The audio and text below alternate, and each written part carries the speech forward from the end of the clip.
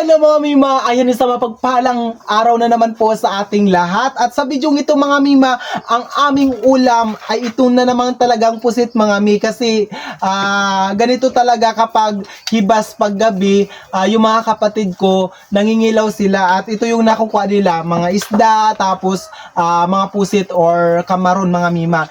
Talaga namang marami silang nakukuha gabi-gabi na pang-ulam talaga mga mi. Kaya ang ulam namin ngayon ay itong pusit, nilaga lang namin to kagabi agad para hindi siya mabulok. At ito nga yung kanyang sabaw mga mima. At dito nga ay meron tayong, ito yung ating mga ricado, ito yung ating bawang, sibuyas, magic sarap, tapos meron tayo ditong luya. At ito mga mima, meron tayong ibinigay sa amin ng auntie namin na ano nga to, kalamansi. Ayan, bali yan yung ating pangpaasim. At dito nga meron tayong mantika at ito yung ating toyo. Ayan, hindi ko alam kung ano to, sinabawang adobo na pusit. Ayan, at ito yung pangmalakasan nating kawali. At isasalang na natin mga mi. O, di ba? Ayan mga mima, mainit na yung ating kawali at lalagyan ko na ng mantika. Ayan, di ba? Bali, parang papakuluan na lang natin to siya mga mima kasi itong ating pusit ay luto na din naman, di ba?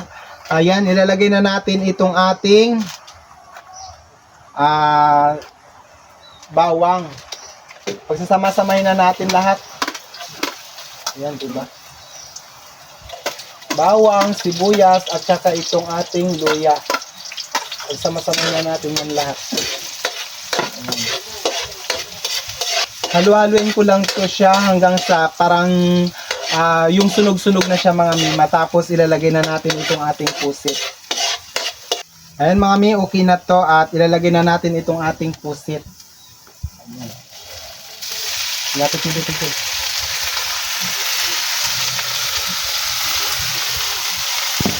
Ayan. Halu-haluin lang natin. Ayan mga mi, lagyan lang natin siya ng kalamansi.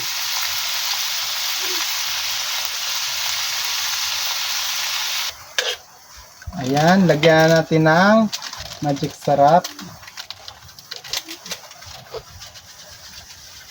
Ubusin na natin.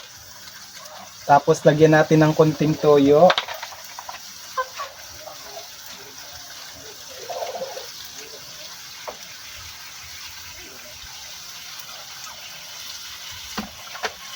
Alam nyo mga mi, kapag ganitong hibas ng gabi, nangingilaw talaga yung mga kapatid ko. Kaya asahan nyo na kapag ganito, araw-araw ang luto natin pusit, isda, or kamaron, no? Yan yung ating magiging ulam. Hindi ko lang alam kung anong pwedeng iluluto sa kanila. Ayan, ilalagay na natin itong ating sabaw ng pusit. Ayan, ilapit mo dito, Jun. Ayan. Papakuluan lang natin yan mga mi. Takpan ko lang to.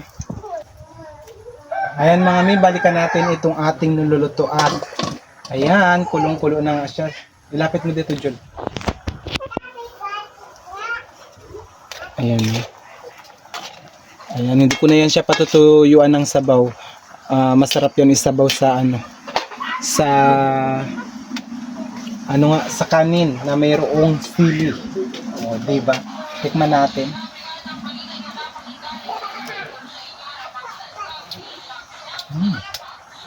Sarap talaga man.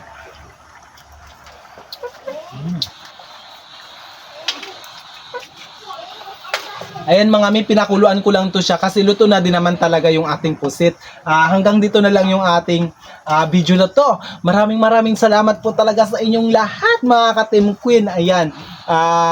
Sa inyong walang sawang pagsuporta sa akin. Ayan, di ba? Sa mga hindi pa nakapag-follow sa akin, i-follow nyo na ako para mag 500,000 na tayo dito sa ating Facebook page. At siyempre,